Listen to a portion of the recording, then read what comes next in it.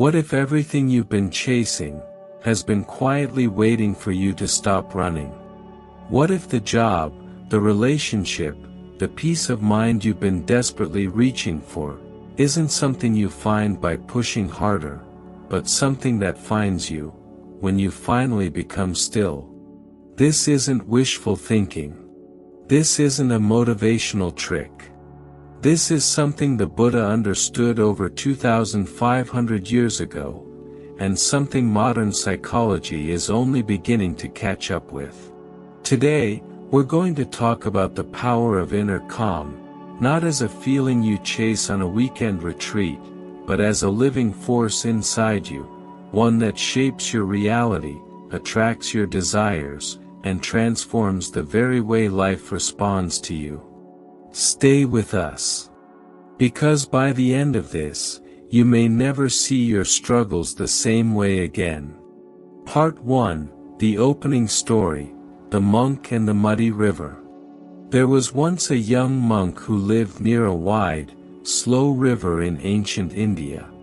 Every morning, he would walk to the riverbank to collect water for the monastery.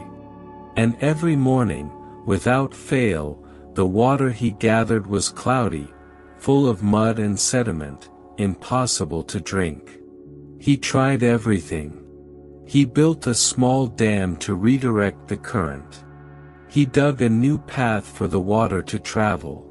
He even stayed up through the night, watching, waiting, trying to fix the river. But the water remained murky. One morning, exhausted and frustrated, he went to his teacher, an old monk who had lived by that river for 40 years. "Master," the young monk said, his voice edged with desperation, "I have tried everything. I cannot make the water clear. What am I doing wrong?" The old monk walked slowly to the riverbank. He looked at the water. He said nothing. Then he reached down, calmly, without urgency, and he took a clay jar. He filled it with cloudy water. He set it gently on a flat stone beside the river. And he walked away. The young monk watched, confused. An hour passed. Then 2. Then, quietly, something happened. The sediment, all that mud, all that disturbance, began to settle. Slowly. Naturally. Without force. And when the young monk looked into the jar again, the water was clear. The old monk, sitting nearby under a tree, spoke at last. "You cannot force clarity," he said.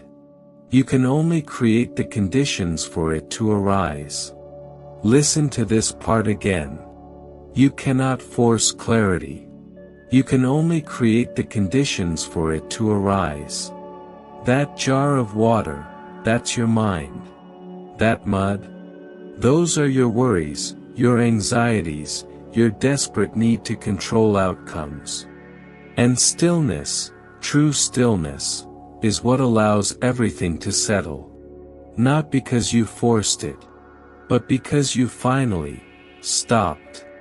Part 2, a modern story, the one who kept refreshing the page. Let's bring this into a world you might recognize. Think about someone, maybe someone you know, maybe even yourself, who has been waiting for something important. A response to a job application. A text back from someone they care deeply about. A sign. A signal. Anything. And while they wait, they refresh their inbox. Over and over. They replay the last conversation in their head, looking for clues. They write 3 versions of a follow-up message, then delete all 3. They ask friends, "What do you think it means that they haven't replied?" Every hour of silence becomes evidence of rejection. Every delay becomes proof that something has gone terribly wrong. Their nervous system is on high alert, and without realizing it, they begin to project that anxiety outward. When they finally do reach out, there's an edge to their message, a subtle desperation that the other person can feel, even if they can't name it. And the opportunity, which was never lost to begin with, begins to slip away. Not because of the silence, but because of what the silence became inside them. Now imagine a different version of that same story. Same situation. Same waiting. But this time, the person pauses. They take a breath. They remind themselves, I don't know what this silence means yet. They do something nourishing, a walk, a meal, a creative project. They come back to themselves. And when they do reach out, if they reach out at all, their message carries something different. Not desperation. Not fear. Groundedness. Warmth. Ease. The energy is completely different. And life, people, opportunities, circumstances, responds to that difference. This is not magic. This is the Buddha's teaching, lived in real time. Part 3, the Buddhist teaching, you are not what you want. You are what you are. The Buddha taught something that, at first glance, seems almost too simple to be profound. What you are is what you attract. Not what you want. Not what you ask for. Not what you visualize at 6 a.m. while drinking your morning tea. What you are. In the Dhammapada, one of the most beloved texts in all of Buddhist literature, it begins with these words. Mind is the forerunner of all actions. All deeds are led by the mind, created by the mind. If one speaks or acts with a peaceful mind, happiness follows like a shadow that never departs. Think about what that means. If your inner state is one of anxiety, of grasping, of fear, of, why isn't this happening yet? Then that is the energy you bring into every interaction, every decision, every quiet moment of your day. And the universe, which is simply a vast web of causes and conditions, responds to that. Not to your wishes. To your being. This is why the Buddha placed such extraordinary emphasis on the cultivation of inner qualities, not as a means to an end, but as an end in themselves. Calm, samatha. Clarity, vipassana. Trust. Openness. Compassion. These aren't just nice feelings to have. They are frequencies. And like a radio tower broadcasting a signal, what you consistently embody is what you consistently draw toward you. The restless mind broadcasts restlessness. The grasping mind draws more situations that feel unresolved. The fearful mind finds evidence of danger everywhere it looks. But the calm mind sees clearly. It makes wiser choices. It communicates with warmth. It waits without desperation. It acts without forcing.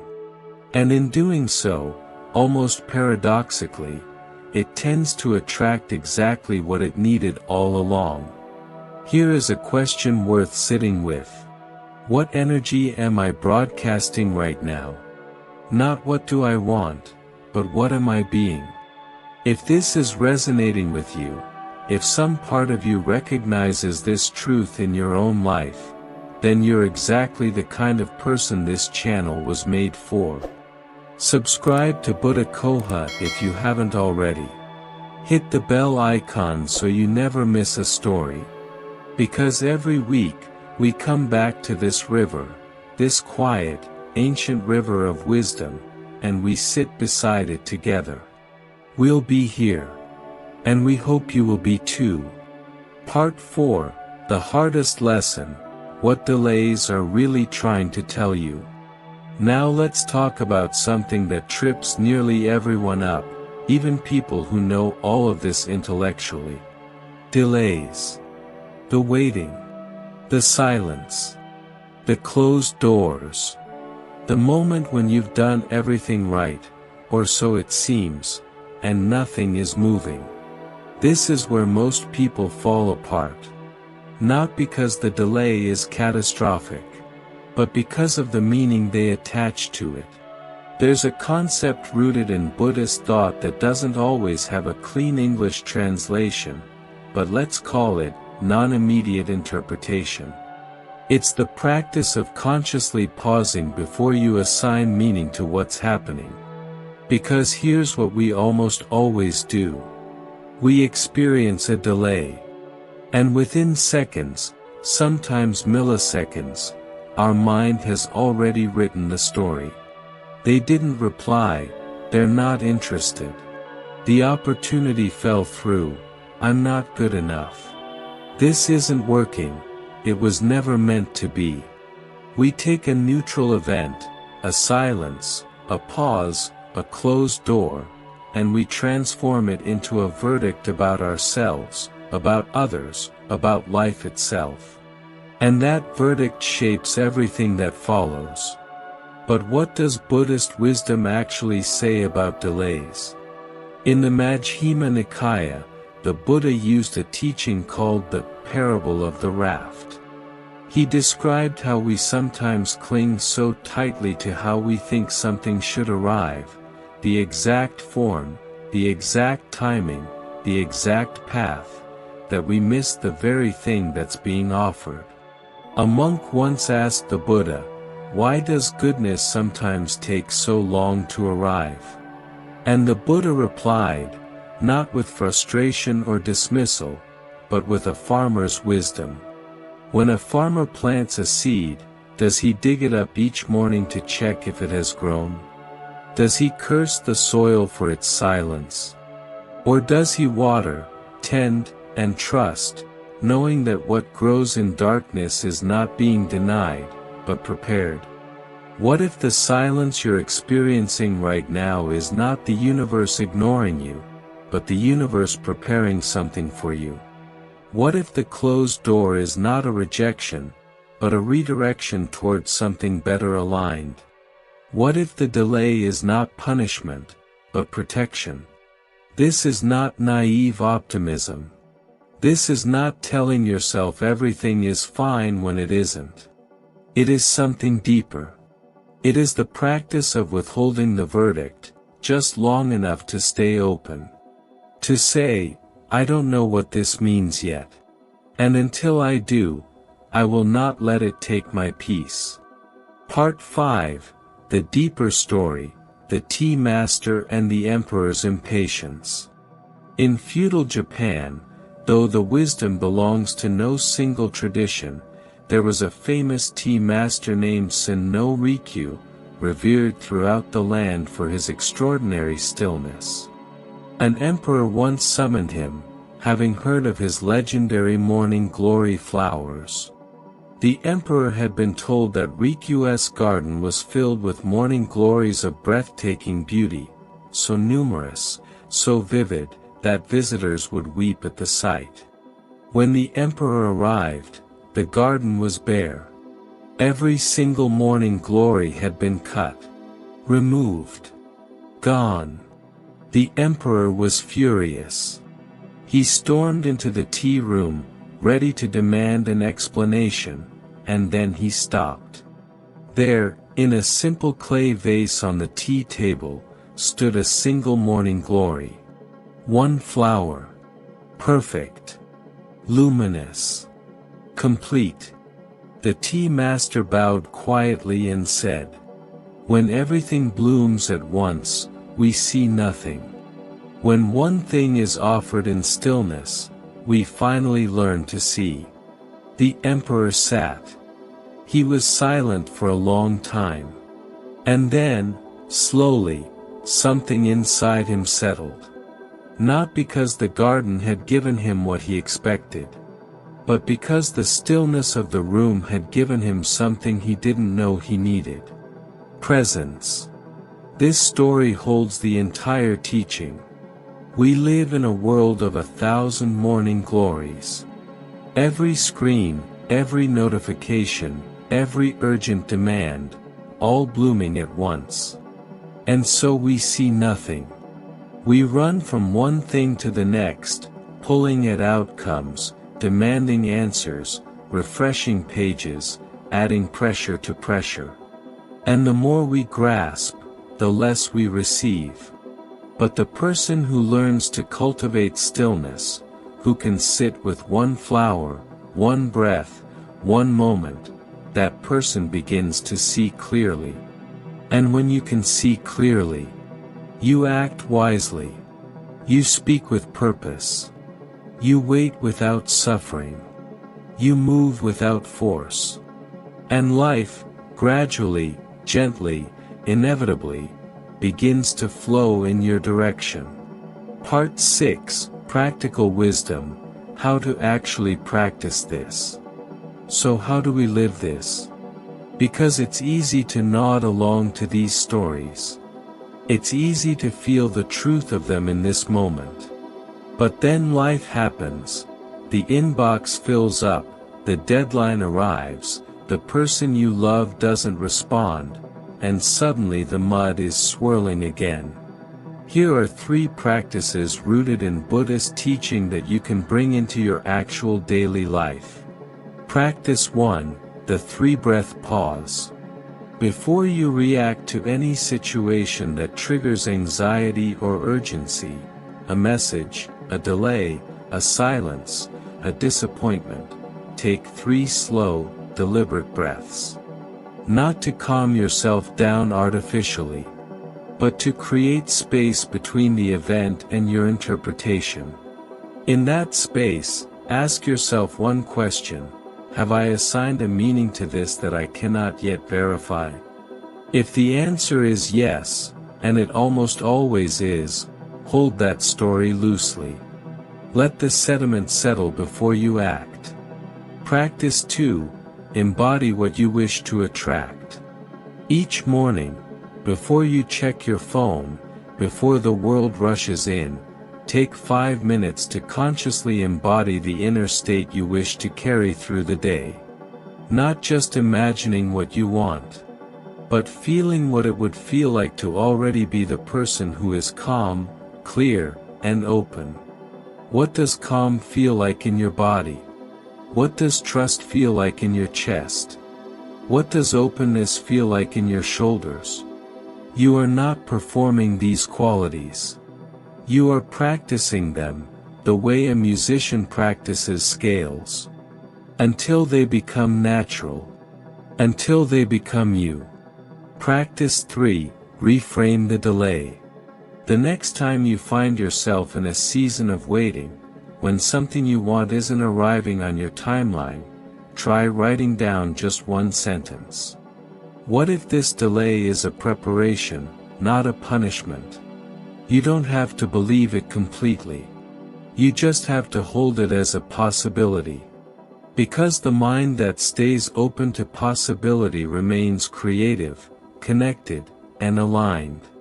While the mind that collapses into certainty, this will never work, closes off the very channels through which life is trying to reach it. Part 7, the closing teaching, when you stop forcing the river.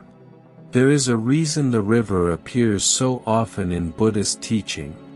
The Ganges, the Nile, the unnamed rivers of countless parables. Because a river knows something we forget. It does not force its way to the ocean. It finds the path of least resistance, not out of laziness, but out of wisdom. It flows around obstacles.